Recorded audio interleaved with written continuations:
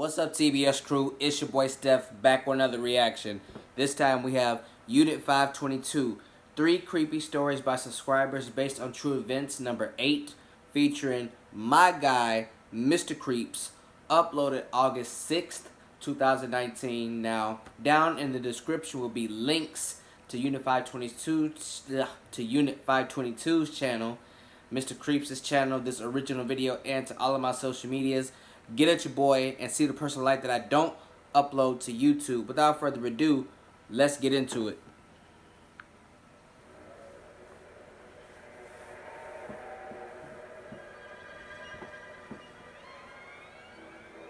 Like I said, I love when my favorite narrators collab with each other.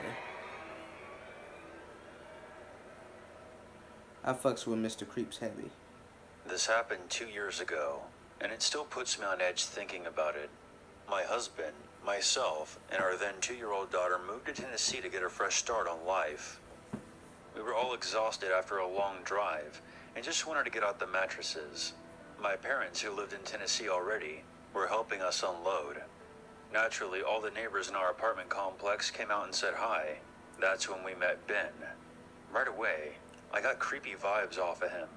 Our daughter, who to this day is way too friendly to strangers, hid behind my husband and visibly cringed. We made small talk, but mainly paid more attention to unloading our stuff than chatting with our new neighbors. My dad later told me that at one point, he came back to the truck and saw Ben staring at our daughter. My dad called him out, and when Ben denied it, my husband eventually told him to go fuck off. Later that night, me and my husband were still going through our stuff.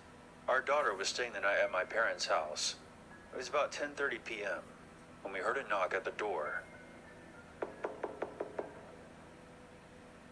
Thinking that it was the pizza that I ordered, my husband opened the door, and there stood Ben. There you go. He asked us if we needed any help. Him showing up at our door so late at night, even for a friendly neighbor, was just creepy. Why you open the door? Before we could tell him to get lost, he demanded a cigarette. Ask questions Not first. only was he a total weirdo, but now he was just being plain rude. Neither of us smoked, and when we told him, he got a bit pissed.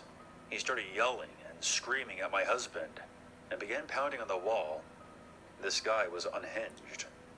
Thankfully, our landlord lived across the way from us at the time, and came out to tell him off. As Ben sauntered away, our landlord explained to us that Ben is the resident pest and suffered from mental issues. That's not my but problem. Overall, was harmless as long as he took his meds. That's not my problem, though. Yeah, because that's exactly what you want to hear on your first night in a new place. I'll still whoop his ass. After that, life kind of fell into place, and we settled in without any further disruptions. We had crazy schedules and would sometimes work graveyard shifts. No. I would get home around midnight and would see Ben standing outside the apartment buildings. He would always seem to be staring at me. I would just ignore him, mainly because I was just too tired and wanted to get to bed. He would always ask me for cigarettes, and I kept telling him that I didn't smoke. My husband said that he did the same thing to him. We would change up our work times just to throw Ben off a little, and at first, it worked. But Ben started to pester us during the day. On our days off, we would take our kid to the park or the mountains. One time, Ben asked to come with us. Said that he was great with kids. No. And that we could trust him alone with our daughter. What? I really should have just let my husband deck him in the face right then and there. There you go. When we came back, he was sitting in our parking spot. Said that he was making sure no one parked in it. He then tried to hug our daughter, and she screamed and clung on to me for dear life. I took her into the house while my husband finally snapped. There you and go. really gave the guy an earful, telling him just to leave us the fuck alone. That's it? We told the landlord, but they played the whole mental issues card. Fuck that. And look, I get it. Mental illness is never fun to deal with. But he was constantly harassing and terrifying my daughter, and we have a duty to protect our family. Yeah. It got to the point where my daughter didn't want to go outside because the bad man would be out there and stare at her. We threatened to cut our lease if something wasn't done about it. I began talking to my other neighbors, and everyone seemed to have the same type of experience. One of my neighbors told me that he and another neighbor saw Ben staring at some of the young girls wearing bathing suits and short shorts by the community pool, and they chased him off. There you go. They reported this to the landlord, but nothing was ever done. After about a month, things had quieted down. Ben wasn't spotted outside anymore. In fact, no one really saw him. We figured he moved away or something. Good riddance. We were thinking about moving in with my folks, while we saved up the money for a real house. One night, I came home from work early. My husband was out of town because of work, and my parents had taken our daughter to visit some family. I decided to play Saints Row 4 and relax after working an 11-hour shift. I was deep into the game when someone knocked on the door. It was about 10 p.m. at this point. If anyone was coming over that late, they would have called or texted first. Don't open that door. I got up to see who it was. Before I got to the door, the knob began to shake violently. Then I heard Ben screaming, "Let me in! Open this goddamn door!" The heavy knocking turned into him slamming his shoulder against the door. He was screaming like a deranged madman. I grabbed my phone, the sharpest knife that we had from the kitchen, and hid in the closet. Cliché, I know. Yeah. But if he managed to get in, there would at least be some distance between us. I called 911, and they said that my other neighbors had called in as well. It was only after I heard the sirens stop and voices yelling outside that I felt safe to come out. I opened my door and saw a cop pinning Ben face down on the ground. The landlord was screaming at the cop to let him go, and What? he even shoved him. What? Both of them ended up being arrested. Hell yeah. I gave my report, and each one of my neighbors backed up everything I said, and even added in their own experiences. My sweet church lady neighbor called my husband and parents to let them know what was going on. Teamwork, And boy. she even let me stay with her and her family for the night. But after what happened, I couldn't sleep at all. I kept thinking that at any moment I would hear Ben's deranged screaming and pounding from outside. It turns out Ben was a registered sex offender. Of course. Rumor has it that the landlord was aware of it, but willingly overlooked it, as Ben's family would slip him extra money as long as he was allowed to stay there. Wow. That's why nothing was ever done about his behavior. Of course. Makes me sick. Slumlord. Ben really did take meds, but had not been on any of them for the past few months. He tried to tell the cops that our daughter was his, and that we kidnapped her, What? and that I was having an affair with him. No. Crazy, right? Last thing I heard, Ben was placed in some institution. I'm not sure if it was prison or a psych ward. The landlord was fired and pretty much chased out of town. Good. Good riddance. He a piece of shit. We were offered 3 months rent-free for our trouble, but that was ultimately our breaking point. I'm about to say, We sold off most of our belongings and moved in with my parents. I'm I'm out. happy to say that we have a house now, and our daughter is not afraid to go outside anymore. There you go. And yes, we checked all of our neighbors for red dots. Mental illness explains the behavior. It does not excuse it. This story takes place in the early 1990s. Mr. Creeps. I was 10 or 11 at the time. My family and I lived in a rural area near Kansas City. This particular area nowadays is very different from what it was in the 90s. Back in the day, it was a very country-like atmosphere. The road that we lived on was a gravel road, and the traffic was very sporadic. Typically, the only people who drove down our road were people who lived on our street, and there were only a few houses on our street at the time. Across the street from the house that we moved into, there was a large cornfield with a few trees near the road. There were a few other boys my age who lived on our street, and we all thought it would be fun to build a treehouse or a fort of some kind. I was across the street nearly every day, and my friends would often walk to my house, and then we would go across the street to play in the fort. Think of that scene in the 1990 TV miniseries of Stephen King's It, where the Losers Club was building that dam in the river outside Derry. Yep, it's just like that. One day, I was across the street with one of the other boys.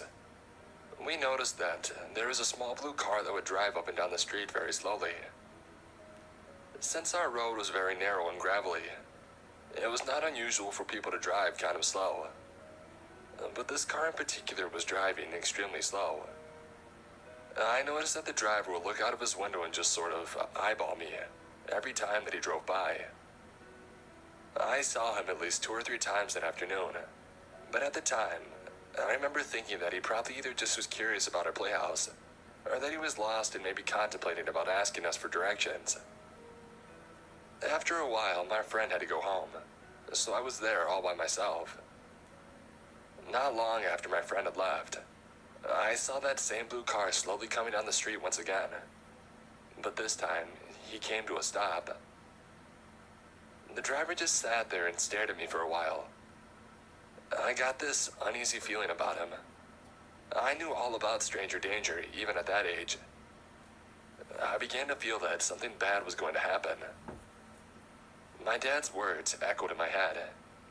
If a stranger tries to grab you, you run as fast as you can and you scream your head off. I started thinking about which direction I should take off to. I knew that if I ran in the opposite direction of the guy in the car, I would be running into a cornfield that was at least a mile wide in every direction. That wouldn't be smart. If I were to run towards my house, I would have to cross the street, meaning that I would have to go past the creepy guy in the car to get to my home. The situation terrified me. My heartbeat escalated as I tried to figure out what the hell I was going to do. While deciding which direction would give me the best chance of getting away, I noticed the man in the car reach down for something. I never did see what he was going for, but something told me that if I didn't start running at that moment, I would be history. I then saw the man open the car door just a crack. I knew my dad was home at the time, so I decided to make a break for it. I knew that I was going to have to cross the street and I would have to get past the man's car. I began running as fast as I could alongside the road in the opposite direction of where his car was facing. I could see out of the corner of my eye that the guy had closed his door.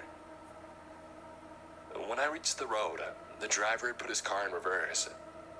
If I had been a second slower, I wouldn't have made it. The trunk of his car barely missed me as I darted away from the street to my driveway. I began screaming as loud as I could while charging towards my house. My dad ran outside to meet me in the driveway. When I had turned around to show my dad the man in the car, he was gone. All I could see was the dust cloud coming off the gravel road as the mysterious man in his blue car sped out of there. That night, I had a nightmare. I was running down a seemingly endless gravel road.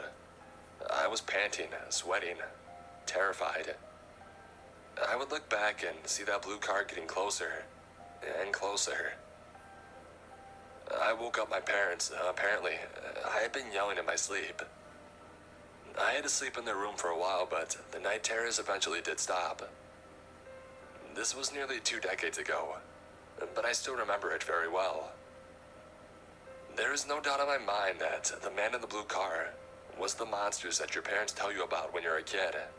Had I not run off when I did, I would probably be nothing but a statistic today. I occasionally hear stories about kids who went missing in my area in the 90s, and I wonder if it has anything to do with that man in the blue car. Probably. I may never know for sure, but I understand now why my dad always told me to run and scream. I'll be instructing my own children someday to do the same. That's how good parents teach their children. Oh, wow. My mother was 14 in 1986 when this happened. She lived in China at the time with her parents and younger brother.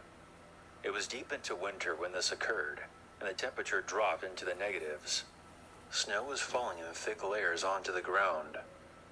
It was around 10 p.m. when my mother finished up her classes, and by then it was dark. Bear in mind, in China it's normal for young students to walk home alone without a parent or guardian. About 10 minutes after getting off the bus, she began walking through this old marketplace to get to her apartment. The marketplace was completely quiet and deserted at this time of night. There was also no lampposts around, so it was hard for my mom to properly see where she was going. But she had traveled this route several times before, so she was familiar and knew her way back home. My mother had this feeling that someone was lurking in the darkness of the marketplace. She tried to shrug it off, but the apprehension persisted. She continued to hear her feet crunching on the white snow. But suddenly, she stopped, and as she did, She could hear a second pair of feet crunching the snow behind her. My mom panicked, but she continued forward and pretended that she hadn't heard anything. She thought it might have been another student making their way back to their living quarters. You playing. This thought made sense, but it didn't stop her from walking faster. As she began to pick up her pace, the crunching snow behind her also began to speed up. Don't be stupid. My mother couldn't handle the fear any longer and started running. Good. But the thick snow made it difficult for her to run away quickly. Hey. She also gave a quick look behind her. She was greeted by the silhouette of a tall man only a few meters away and closing in. The man did not appear to be wearing a coat, despite the freezing temperature. The lack of lampposts made it difficult for my mom to make out anything else. However, that's not what scared my mom the most. She was eventually chased into an area that was lit by a dim light mounted to the side of a merchant stall. When she looked back, she was able to see that her pursuer was carrying a large plank in his hand. Ooh. Now petrified, she continued to run and refused to look back again. Suddenly, she saw the light of a lamppost that was situated on a small street. Luckily that night, there happened to be a young couple walking towards her. With her last ounce of energy, my mom ran to them and collapsed. My mom was in hysterics when they asked her what was wrong. She explained to them what happened, but by then, the stranger had vanished. Of course. The couple that she ran into was living in the same apartment block as her and was familiar with her father. They accompanied her back home, and they told my grandfather where they found her. After the couple left, my mom couldn't stop crying out of shock and fear. From then on, my grandfather would meet my mom at the bus stop where she got off at, and they would walk home together. My mom never found out who her assailant was, and thankfully, she never had another encounter with him again.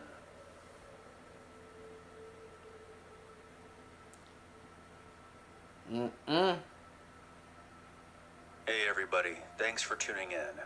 I'd like to give a special thanks to Mr. Creeps for joining me in this episode of Based on True Events. If you want to hear more stories in his deep voice, be sure to check out his channel. He uploads high quality videos on a consistent basis, and he's definitely become one of my personal favorites in the narration community, and I'm very glad I got a chance to work with him. Anyways, you can help keep this series going by sending in your stories to the email in the description of this video. Until next time, I'm your Uncle Unit, and as always, never forget, there's always a reason to be afraid.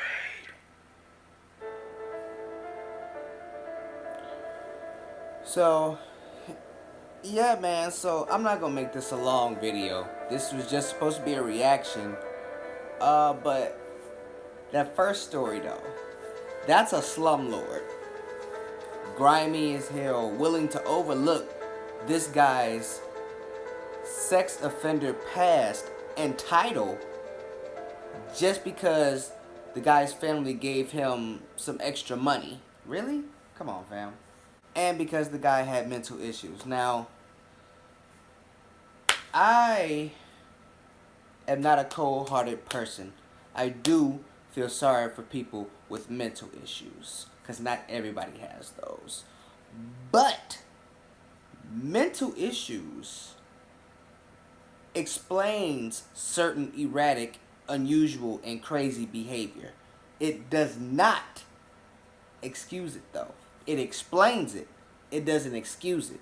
Just because you have mental issues doesn't mean you can go out here and fuck with people, fuck with children, and all this, and do all this crazy stuff and get away with it. Do mass shootings and all that, and you get away with it. Nah, fuck that. Dude, let me tell y'all something. A deaf man could go on a whole killing spree. He can't hear shit. Probably won't even hear the police when they are yelling at him, but he'll understand when they got their AKs and their Glocks and all that pointed at him, though, right? Does he deserve any, let's say he killed a couple people or a lot of people, including some kids. Should the cops handle him with kid gloves just because he's deaf? No. Negative. You deserve everything you get. You deserve to be punished to the capital extent of the law. And that is factual. I'm gaming y'all up right now, man, for real. The husband in the first story, he was bullshitting a lot. I would have been swung off, oh boy, mental issues and that. You trying to touch my daughter? And you trying to, no, man, no. No. And then when the police got involved, because the guy went off the deep end, the landlord actually tried to push the cop off of the guy with mental issues because he had him pinned down trying to arrest him. And then they both got arrested. That story could not have ended any better. And the family has a house now. That story, I loved that story out of these 3 stories. Shout out to Mr. Creeps though. But that first story, I love that. That ended so good. The mental issues having guy got arrested, and the landlord for pushing the cop. Man, you would have got a severe tasing from me. Fuck is you talking about, man? Like, no, man, I'm not about to let this go just because you got mental issues. No, I feel sorry for you, but that doesn't excuse it, though. No, you can't do whatever the fuck you want just because you have disabilities. No, but we're not even gonna get into that. I gave y'all my opinion. If you don't like it, fuck you. Thank you so much, guys, for watching my video. If you enjoyed the reaction, leave a like, a comment, and share the video. And if you really liked it, subscribe to the channel and tap that bell icon so you will get notified every time your boy Steph drop new content, which I do 7 times a week. That is all I got for y'all this time around. Your boy Steph